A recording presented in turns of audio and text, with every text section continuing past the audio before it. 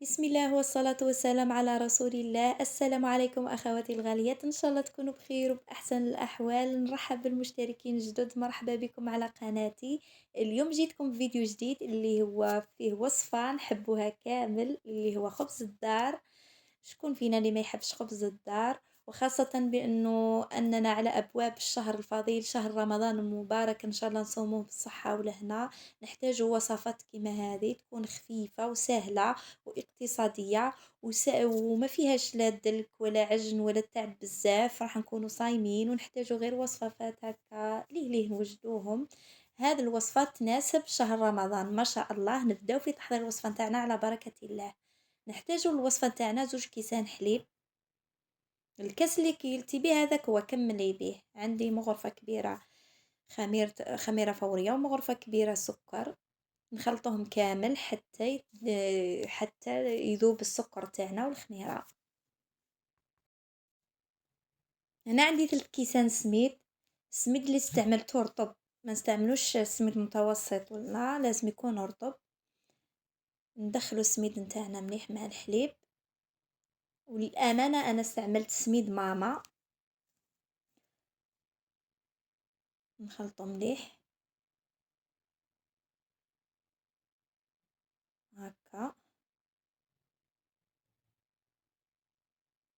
ونغطيه ونخليه يريح 10 دقائق. بعد ما فاتت ال10 دقائق تفاعلت الخميرة تاعي. نزيد لها نص كاس زيت. ندخلو الزيت نتاعنا مليح في العجين هكا بالطريقة هذه.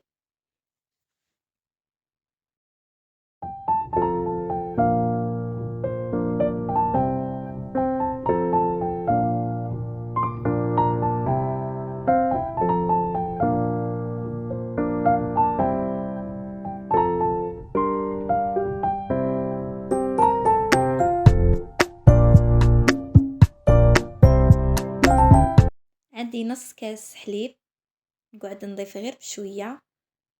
ما ديريش دفعه واحده، لا قعدي تضيفي غير بشويه، دخليه مليح داخل العجينه هكا. يعني والله يا البنات خبز ما شاء الله، يعني جربوه ما تندموش عليه. قعدي تضيفي غير بشويه الحليب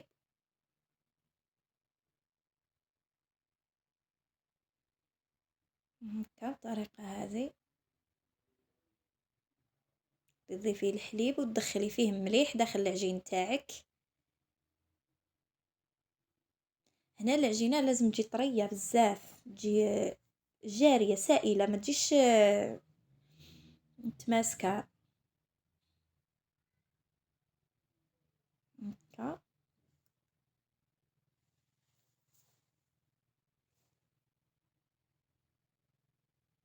يعني ما فيهش تعب بزاف، فيها غير تلمي العجينه تاعك، ما تدلكي ما والو هكا. كملت نصف الكأس تاعي. هنا نضيف الملح، عندي ربع ملعقة كبيرة ملح ومغرفة كبيرة خل وكيس خميرة الحلويات. ندخلهم مليح داخل العجينة تاعي هكذا.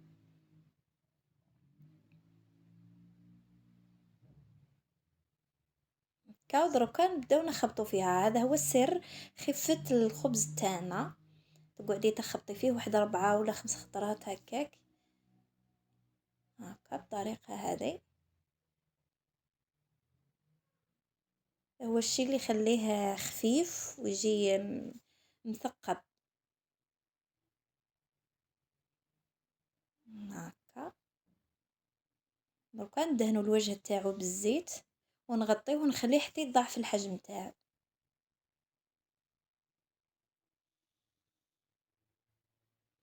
هنا بعد ما تضاعف الحجم تاع العجينه نتاعي، نجيب الماء نحطه قدامي، ندير يدي في الماء ونديكازي العجينه نتاعي، نخرج منها الهواء هكا بالطريقه هذه.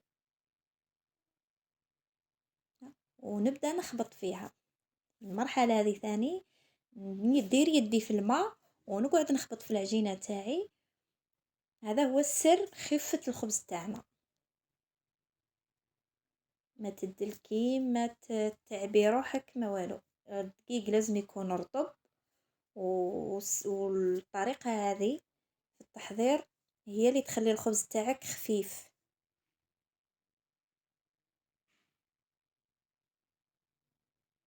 هكا. هنا عندي صينيه تاعي دهنتها بشويه زبده ورشيتها بفرينه. نديرو العجينه تاعنا في الصينيه هكا.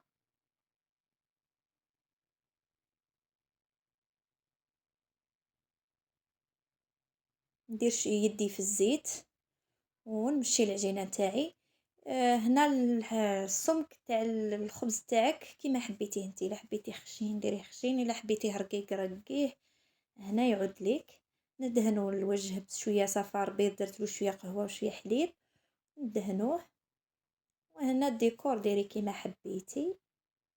لازم حبيبتي لازم الفرن تاعك انتي تكوني تخدمي وهو يكون مسخن من قبل، ويكون سخون مليح باهي يطيب لك الخبز تاعك مليح ويجيك خفيف. لازم تسخني الفرن من قبل، واحد نص ساعة من قبل هكاك تسخنيه. وندخلوا الفرن الخبز تاعنا يطيب. ها هو الخبز تاعي بعد ما طاب جا ما شاء الله خفيف. قلبيه على طرشونه وخليه حتى يبرد. بعد ما برد الخبز تاعي، انا هنا مازال ما بردش مليح وقسمته لكم. نقسموه درك تشوفوا الخفه تاعو ما شاء الله، يعني مضمون. جربوه وما تندموش عليه. شوفي حبيبتي كيفاه جا، ما شاء الله خفيف قطن. يعني وصفه مضمونه 100%. انا عطيت لك حتى نوعيه السميد اللي درتو اللي هو ماما، النوعيه رطبه. وهذا هو الفيديو تاعي نهار اليوم، ان شاء الله يكون عجبكم. واذا عجبكم الفيديو تاعي بارطاجيوه مع اصدقائكم واشتركوا في القناه وفعلوا زر الجرس باه يلحقكم الجديد تاعي. وانا ما بقى لي غير نقولكم الى اللقاء في فيديو اخر. مع السلامه.